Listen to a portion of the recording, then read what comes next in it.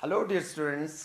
तो dear students, last class में हमने शुरू किया था डाइसैकराइड्स, और डाइसैकराइड्स में हमने सैक्रोस उसका स्ट्रक्चर डिस्कस किया था। और उसके बाद हमने शुरू किया था लैक्टोस, जिसको मैंने कहा था मिल्क शुगर भी कहते हैं। और मैंने कहा था कि ह्यूमन मिल्क में इसकी कंसंट्रेशन 6 to 8% और काउ मिल्क में इसकी कंसंट्रेशन 4 to 5% होती है। और हमने ये भी डिस्कस किया था लैक्टोज की जब हम हाइड्रोलिसिस करते हैं तो हमें मिलता है बीटा डी ग्लूकोस और बीटा डी ग्लेक्टोस, है ना।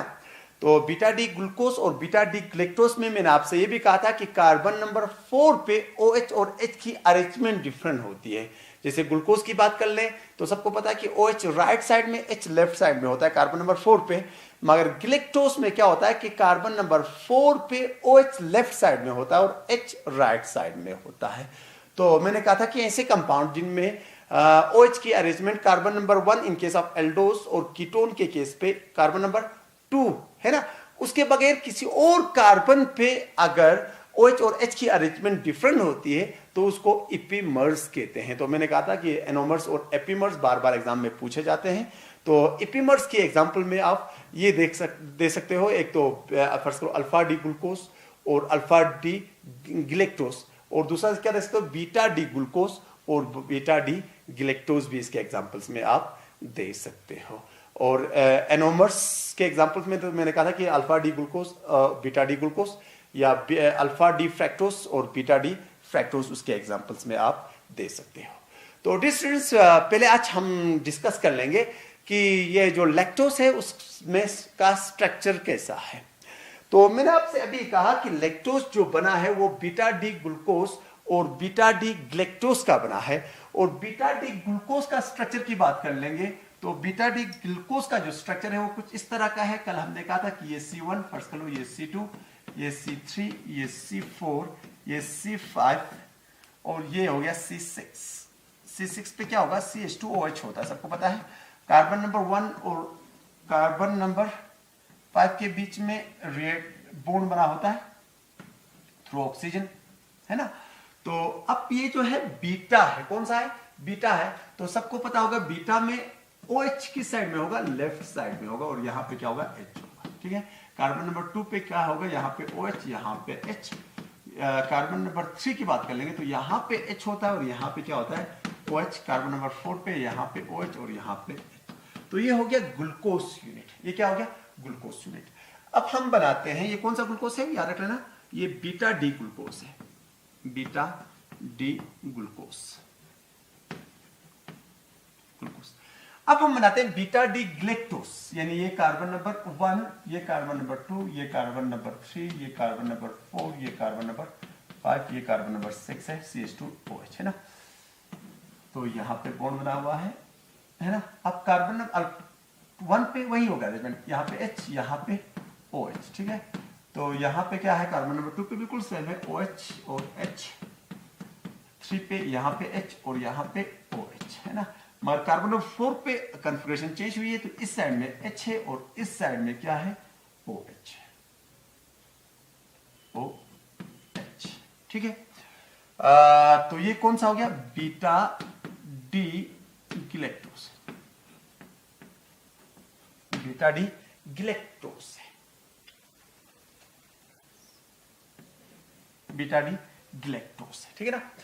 तो लिंकेज बनी है, मैंने पहले आपसे कहा था, कल भी कहा था कि लिंकेज बनी है इस कार्बन के कार्बन नंबर किसके बीच में, 4, इसके कार्बन नंबर 4 और इसके कार्बन नंबर 1 के बीच में, ठीक है ना।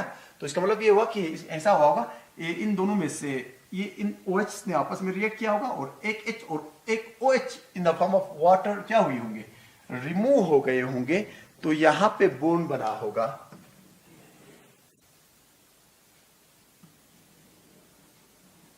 यहां पे बॉन्ड बना होगा ये वाला, है ना।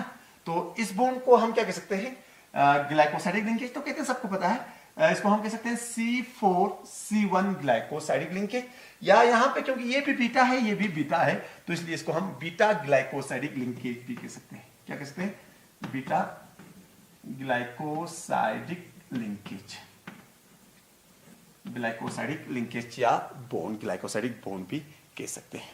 तो यहां पे याद रखना ये बीटा डी ग्लूकोज यूनिट हो गया, है ना, और ये हो गया बीटा डी ग्लैक्टोज यूनिट, है ना। और ये दो यूनिट्स मैंने कहा जुड़े हुए हैं कार्बन नंबर 4 ऑफ ग्लूकोज और कार्बन नंबर 1 ऑफ किसके बीच में, ग्लैक्टोज के बीच में आपस में जुड़े हुए हैं, है ना। तो इस रिप्रेजेंटेशन को सबको पता है, क्या कहते हैं हम, फिशर्स प्रोजेक्शन फॉर्मूला कहते हैं, फिशर्स प्रोजेक्शन फॉर्मूला। अब अगर हम इसका क्या कर लें, हावर्ड्स प्रोजेक्शन फॉर्मूला बनाना होगा, हावर्ड्स प्रोजेक्शन फॉर्मूला। तो हावर्ड्स प्रोजेक्शन फॉर्मूला बनाते होंगे तो आपको ये इमेजिन करना है कि ये इसकी भी 6 मेंबर्ड रिंग है, ये भी 6 मेंबर्ड रिंग है, मगर इन रिंग्स को आपको अरेंज इस तरह करना है कि इसका कार्बन नंबर C और इसका कार्बन नंबर 1 एडजेसेंट पोजीशंस पे आ जाए, ताकि इन दोनों के बीच में क्या बन जाए, बॉन्ड बन जाए। तो एडजेसेंट पोजीशंस पे आप किस तरह रख सकते हो, याद रखना कि अगर फर्स्ट करो, देखो यहाँ पे कार्बन नंबर कौन सा है, इसका कार्बन नंबर 4 है ना, कार्बन नंबर 4 पे OH की साइड में था, राइट में, तो राइट वाले को हम क्या दिखाते हैं, डाउन में दिखाते हैं, है ना, इसमें हावर्ड्स प्रोजेक्शन फॉर्मूला में।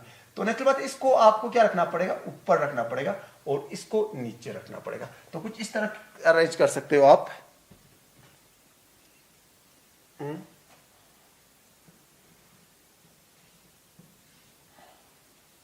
ये यहां पे क्या होगा, ऑक्सीजन, ये इसका कार्बन नंबर 1, ये कार्बन नंबर 1, ये कार्बन नंबर 2, ये कार्बन नंबर 3, ये कार्बन नंबर 4 और ये कार्बन नंबर 5। और कार्बन नंबर 5 पे क्या होगा, यहाँ पे CH2OH होगा, ठीक है, यहाँ पे क्या होगा, H होगा, है ना। तो कार्बन नंबर 1 पे क्या है, देखो यार रखना, H नीचे दिखाना है आपको, जो राइट में होगा उसको डाउन, है ना, और OH को यहाँ पे दिखाना है, क्लियर है। कार्बन नंबर 2 पे क्या करोगे, OH यहाँ पे आएगा, H यहाँ पे आएगा, कार्बन नंबर 3 पे H यहाँ पे आ जाएगा और OH यहाँ पे आ जाएगा, और कार्बन नंबर 5 पे H यहाँ पे आ जाएगा, कार्बन नंबर 4 पे ना H यहाँ पे आ जाएगा और OH यहाँ पे आ जाएगा, है ना। तो ये मैंने कौन सा यूनिट बनाया है, ये बनाया बीटा डी ग्लैक्टोज, ग्लैक्टोज बनाया। अब ग्लूकोज का क्या करना है, ग्लूकोज का कौन सा कार्बन इन्वॉल्व हो रहा है, 4, तो ये वाला कार्बन इसके साइड में होना चाहिए, तो हम यहां पे बनाएंगे कार्बन नंबर 4 सा, है ना।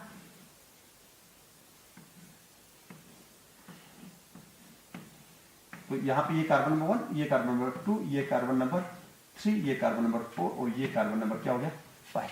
तो अब इसका यहाँ पे इसके जो ग्रुप्स है उनको रिप्रेजेंट कर लो। जिसे यहाँ पे कार्बन नंबर 1 पे क्या है, H इस साइड में है तो H यहाँ पे होगा, तो OH यहाँ पे, क्लियर है।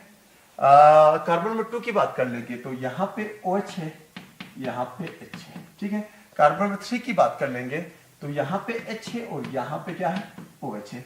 तो कार्बन नंबर 4 की बात कर लेंगे तो क्या है, इस साइड में OH था ना, तो OH और H। यहाँ की बात करेंगे तो यहाँ पे H होगा, यहाँ पे क्या होगा, CH2OH होगा। तो क्या होने वाला है, इस कार्बन में प्रेजेंट OH और इस कार्बन में प्रेजेंट OH के बीच में रिएक्शन होने वाली है ना। तो यहां से क्या हो जाएगा, H और एक OH रिमूव हो जाएंगे in the form of water, in the form of water. तो यहां पे ग्लाइकोसाइडिक लिंकेज बन जाएगी, जिसको मैंने कहा बीटा ग्लाइकोसाइडिक लिंकेज कह सकते हो, बीटा साइडिक लिंकेज, बीटा ग्लाइकोसाइडिक लिंकेज हम इसको कह सकते हैं, बीटा ग्लाइकोसाइडिक लिंकेज हम इसको कह सकते हैं, है ना। तो इस रिप्रेजेंटेशन को मैंने कहा क्या कहेंगे हम, हावर्ड्स प्रोजेक्शन फॉर्मूलास कह सकते हैं। तो ये हो गया साइक्लिक स्ट्रक्चर ऑफ क्या, लैक्टोज, किसका है, लैक्टोज, लैक्टोज का साइक्लिक लैक्टोज का स्ट्रक्चर, है ना। जो ये है ना, इसको हम कहेंगे हावर्ड्स प्रोजेक्शन फॉर्मूलास और इनको हम कहेंगे फिशर्स प्रोजेक्शन फॉर्मूलास, ठीक है ना। तो this is all about lactose और लैक्टोज का स्ट्रक्चर कैसा होता है। तो डियर स्टूडेंट्स, लैक्टोज के बाद जो नेक्स्ट डाइसैकराइड्स आपको पढ़ना है वो है माल्टोज।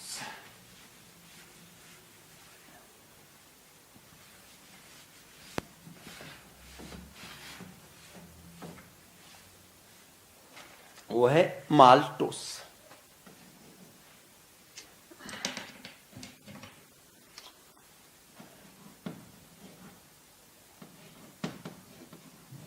माल्टोस।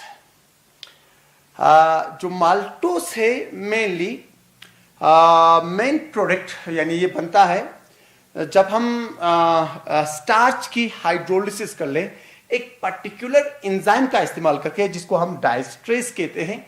और डाइस्ट्रेस जनरली हमें मिलता है जो बार्ले के सीड्स होते हैं, स्पॉटेड बार्ले के जो सीड्स होते हैं, उनमें प्रेजेंट एक एंजाइम होता है जिसको हम कहते हैं डाइस्ट्रेस, उसकी हाइड्रोलिसिस की वजह से मिलता है। तो इसलिए इसको हम जनरली माल्ट शुगर भी कहते हैं, माल्ट शुगर भी कहते हैं।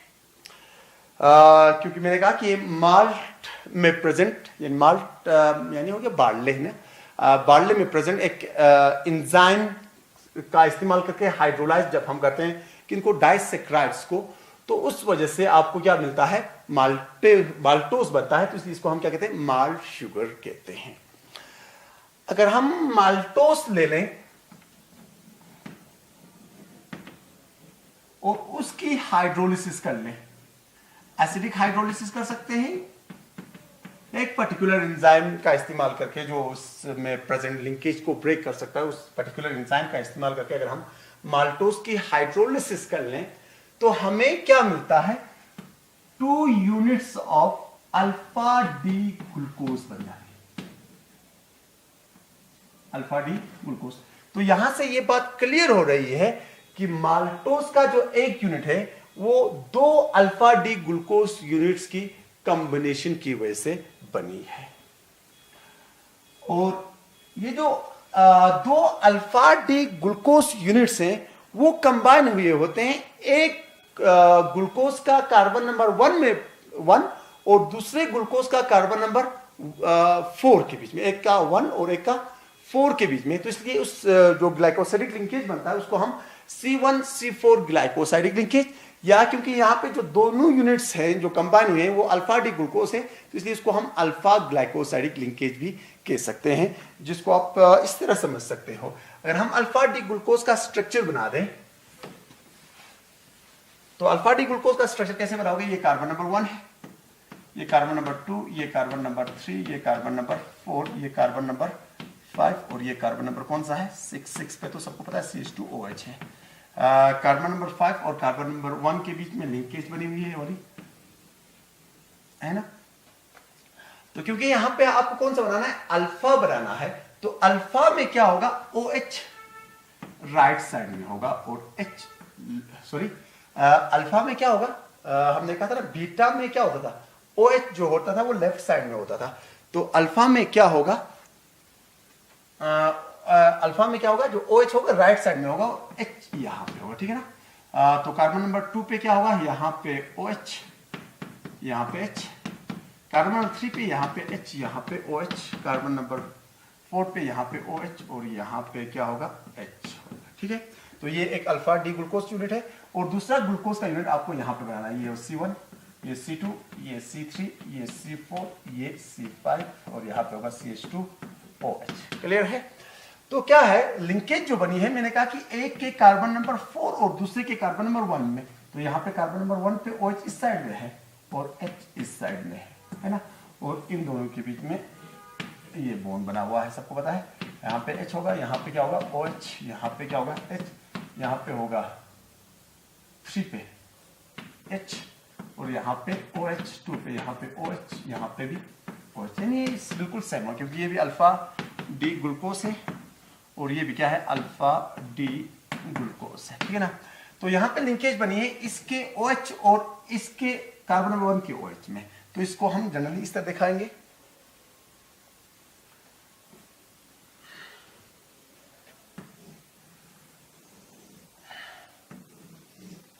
ये जो लिंकेज बन गई इसको हम कहेंगे ग्लाइकोसाइडिक लिंकेज। क्या कहेंगे, अल्फा ग्लाइकोसाइडिक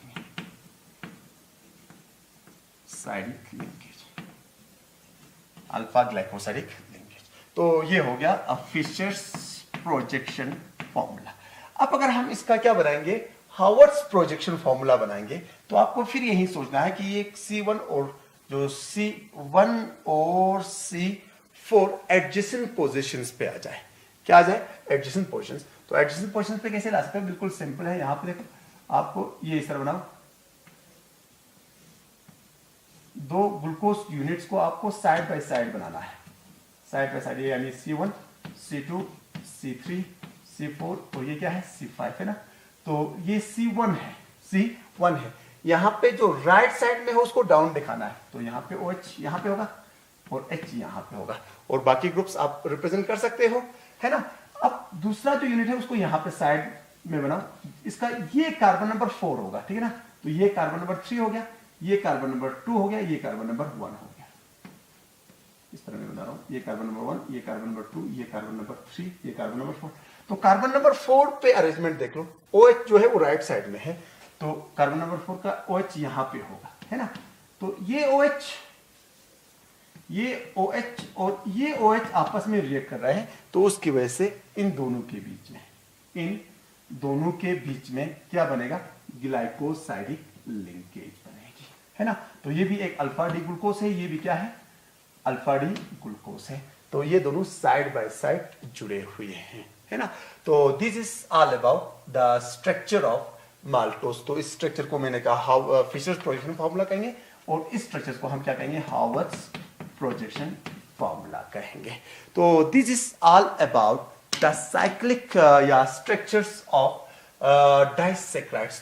3 डाइसैकराइड्स हमने डिस्कस किए, उनमें से एक सैक्रोज था, जिसकी जब हम हाइड्रोलिसिस करते थे तो हमें जो सैक्रोज था वो बना था ग्लूकोज, अल्फा डी ग्लूकोज और बीटा डी फ्रैक्टोज का, याद रखना।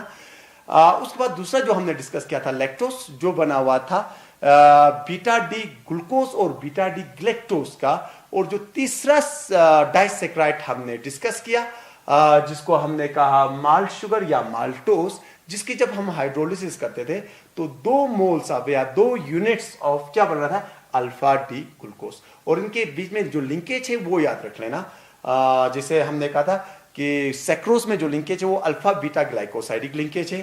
अगर हम लैक्टोज की बात कर ले तो वहां पे बीटा ग्लाइकोसाइडिक लिंकेज बनी थी, और माल्टोज के केस में हमने कहा अल्फा ग्लाइकोसाइडिक लिंकेज बनी हुई है। तो इन्हीं के बेसिस पे अमूमन एग्जाम्स में क्वेश्चन पूछे जाते हैं। तो इंशाल्लाह नेक्स्ट क्लास में हम डिस्कस कर लेंगे पॉलीसैकराइड्स, और उसके अलावा रिड्यूसिंग और नॉन रिड्यूसिंग जो शुगर्स हैं, क्योंकि शुगर्स को 2 ग्रुप में डिवाइड किया गया है, एक रिड्यूसिंग शुगर्स और नॉन रिड्यूसिंग शुगर्स, उनके बारे में भी हम इंशाल्लाह नेक्स्ट क्लास में डिस्कस कर लेंगे। खुदा हाफिज़।